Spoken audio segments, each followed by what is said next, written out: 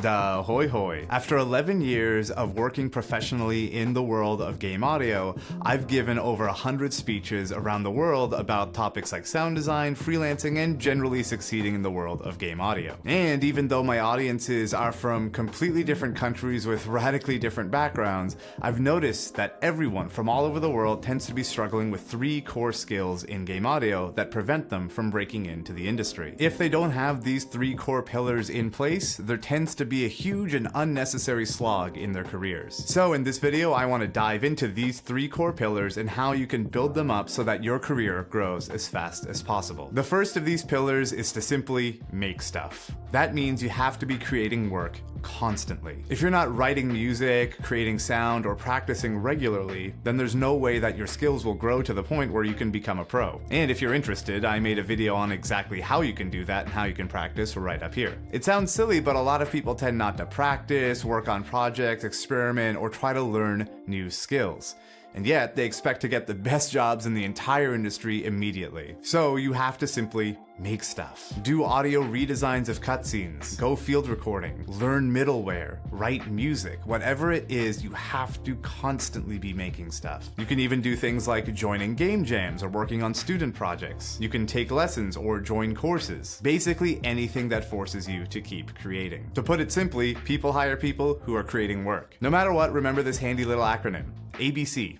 Always be creating. The second pillar involves talking to people. Talking to people, sharing our work, and generally existing in the world is not something we're really ever taught. But even if we're the greatest composer or sound designer in the world, it's not gonna mean much if no one knows we exist. To demonstrate my point, let's go on a little journey here. Imagine you're in a store looking for some cereal. In this case, let's say it's Fruit Loops. If you go to the store and see that Fruit Loops aren't there, you're not gonna drive all over the city looking for a box. You're likely to choose a different cereal that's similar enough and then go home. Most composers and sound designers are like that missing box of Fruit Loops. They don't exist where their clients are looking, so the people who are hiring just choose someone else. Now that no one's confused with this brilliant cereal-based analogy, let's continue. Though I did mention that making stuff is the first pillar, that's not the only thing you should be focusing on. Many people make the mistake of just focusing on the first pillar, hiding away in the rooms trying to become the best person they can possibly be before they even get hired. But even if we hide away and make the greatest demo reel ever,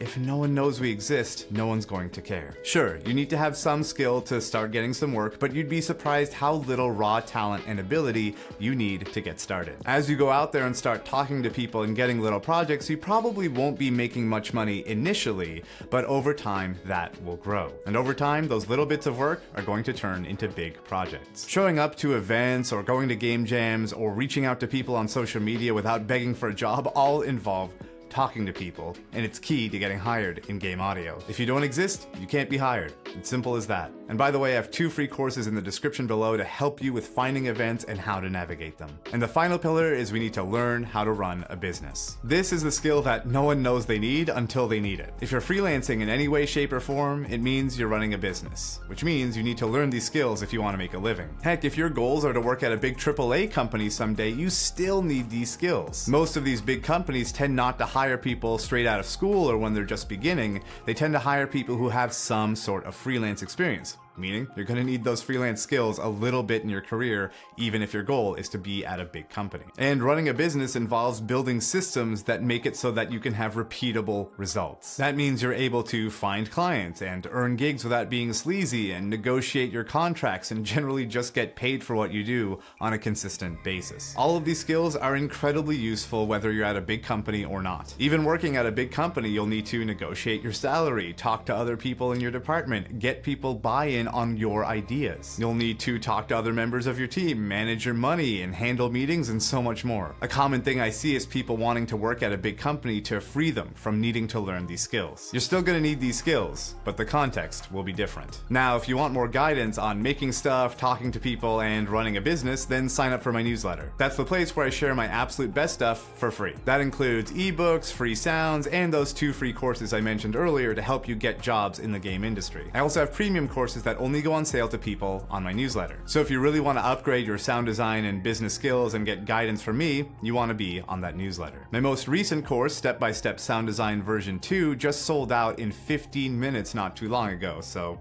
Thank you very much. If you want to join that newsletter, just sign up in the description below or in the card up above. Thanks so much, and I'll see you next time. Go pet a dog.